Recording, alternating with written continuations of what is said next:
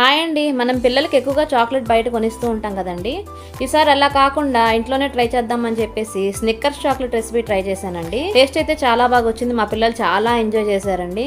పిల్లలే కాదండి, పెద్దలకు కూడా బాగా నచ్చే స్నాక్ ఇది. పూర్తిగా హోమ్ మేడ్ అండ్ ప్రిజర్వేటివ్స్ లేకుండా రుచికరంగా వచ్చిందండి. దీనికోసం మనం ముందుగా పీనట్ ఫిల్లింగ్ తయారు చేసుకోవాలండి. ముందుగా ఒక కప్పు వేరుశనగలు తీసుకొని సన్న మంట మీద వేయించుకోవాలండి. వేగిన తర్వాత వాటిపై పొట్టు తీసేసి ఒక 2 స్పూన్లు పక్కన పెట్టుకొని మిగతాదంతా పొడి చేసుకోవాలండి. ఇప్పుడు ఆ పొడిలో అరకప్పు పీనట్ బటర్, అరకప్పు చక్కెర పొడి, 2 స్పూన్ల నెయ్యి, 1 స్పూన్ తేనె వేసి బాగా కలుపుకోవాలండి. ఇక్కడ చూపించిన విధంగా ఒక గిన్నెలో బటర్ పేపర్ వేసుకొని ఇప్పుడు మనం తయారు చేసుకున్న పీనట్ ఫిల్లింగ్ అంతా ఈవెన్ గా స్ప్రెడ్ చేసుకోవాలండి. దాని మీద ఇందాక మనం పక్కకు తీసి పెట్టుకున్న వేరుశనగకాయలు చల్లుకోవాలండి.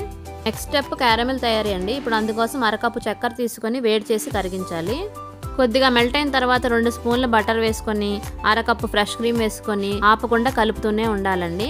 ఇక్కడ చూపించిన విధంగా వచ్చేంత వరకు కలుపుకుంటూనే ఉండాలండి. ఇప్పుడు ఈ క్యారమెల్ మన పీనట్ ఫిల్లింగ్ మీద ఈవెన్ గా స్ప్రెడ్ చేసుకొని ఒక 15 నిమిషాలు పక్కన పెట్టుకోవాలి.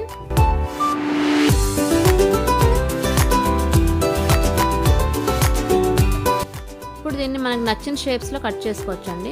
నెక్స్ట్ అయితే చాక్లెట్ కోటింగ్ ప్రిపేర్ చేసుకోవాలండి. అందుకోసం ఒక గిన్నె తీసుకొని నీళ్లు వేసుకొని ఆపై ఒక గ్లాస్ గిన్నె పెట్టి అందులో 150 గ్రాములు మిల్క్ చాక్లెట్ వేసి మెల్ట్ చేయాలండి.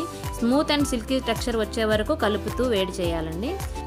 ఇప్పుడు మనం కట్ చేసి పెట్టుకున్న పీనట్ బార్స్ ని ఒక్కొక్కటిగా తీసుకొని ఈ మెల్టెడ్ చాక్లెట్ లో ముంచి పక్కన పెట్టుకోవాలండి.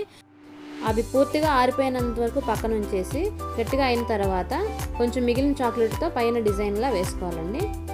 అంతే, మన స్నిక్కర్స్ చాక్లెట్ రెడీ అండి. మీకు నచ్చిందా ఈ రెసిపీ? ఇంకెందుకు ఆలస్యం, మీరు కూడా ఒకసారి మా చాక్లెట్ ట్రై చేసి మీకు ఎలాగొచ్చిందో కామెంట్ చేయండి. వీడియో నచ్చినట్టయితే లైక్, షేర్ అండ్ సబ్స్క్రైబ్.